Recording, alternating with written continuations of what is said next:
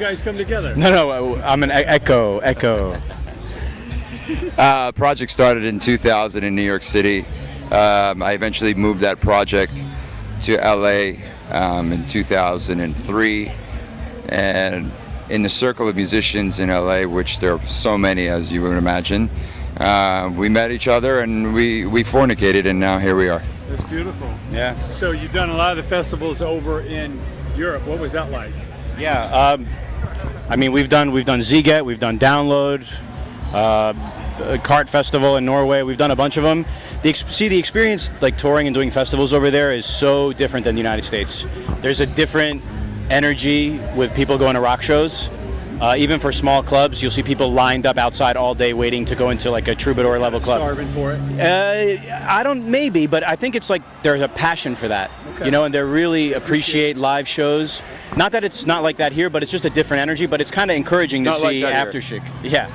But it's encouraging to see Aftershock because it shows that there's maybe a little bit of that here, which is really great for us because we're trying to do more in the States. Yeah, absolutely. And why is LA a good city for you guys to be based at, to bring this music out to the world? Well, it's the devil's backyard, so you want to be there because, you know, for every network is pretty much based out of there. Outside of New York City, it's the West Coast haven for what we do. So, I mean, we picked LA for the simple reason that there are a lot of bands come out of there. You know, The Doors, you know, Guns N' Roses and whatnot. So VIZA is hopefully it's one the big day. Pond. If it's you the can win exactly. there, you can win anywhere. Exactly. Now, tell us about what you're most proud of accomplishing with the new album. To be honest, it's the first album where we had consistent radio play, and that was a huge thing that we really wanted to do. We wanted to get exposure because we love playing live shows, but we're also realistic about the business side of music. You got to get radio play. So it was the first record where we actually really pushed that hard. We've been on Sirius, we've been on Octane, we've been on terrestrial radio all over the country. So that's been really cool, and Aria was a kind of cool medium to project that message out, to get a little bit of our music out there, and that was really important. And also it was Kickstarter. That was the reason why we were able to make the record. We had a successful Kickstarter campaign, raised over $30K, and we put that towards the album and touring. And it's kind of hard to explain. It's so interesting to see when fans are coming out in droves to support you. It's very inspiring for us as artists because they're supporting you and they believe in you, and that makes a huge difference, and it helps get your art out there. And if that's not there, music will die and suffer like horribly. So that was huge for us. Plus, it's kind of nice to be able to make this record get on the road without signing your rights away. True, and to give them a substantive role to like be involved in the project. Like, if I'm a fan of many bands, I'd love to be involved somehow. It's a great, it's cool. It's a good platform. It works. Yeah.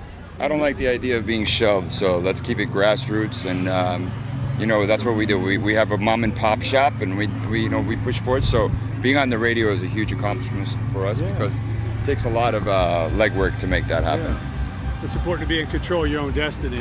No doubt. As much as you can. Be a free agent and move forward. Yeah. No doubt. No doubt. Now, all that you've seen in your years in the business, what advice do you give to that young band, that young singer-songwriter, or artist, or musician today? What do they need to concentrate on or just avoid to have a shot at this?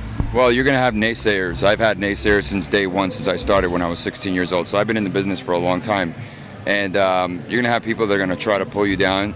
People are going to do everything they can to make you just give up. And you're going to have moments like that continuously. Even now, I still have moments like that. But you can't. If you really, truly believe in yourself artistically, and it's in your blood, it will become a disease. And with that disease, you will just die with it. And that's a good thing, because in the arts, the most successful, the most profound artists of the entire world are the ones that just never gave up, and they just kept going, and they didn't listen to anybody else. So do your thing, don't listen to anybody else, do your thing, but take inspirations here and there, but don't allow anyone to control yourself. Yeah, one thing I want to add, hard work.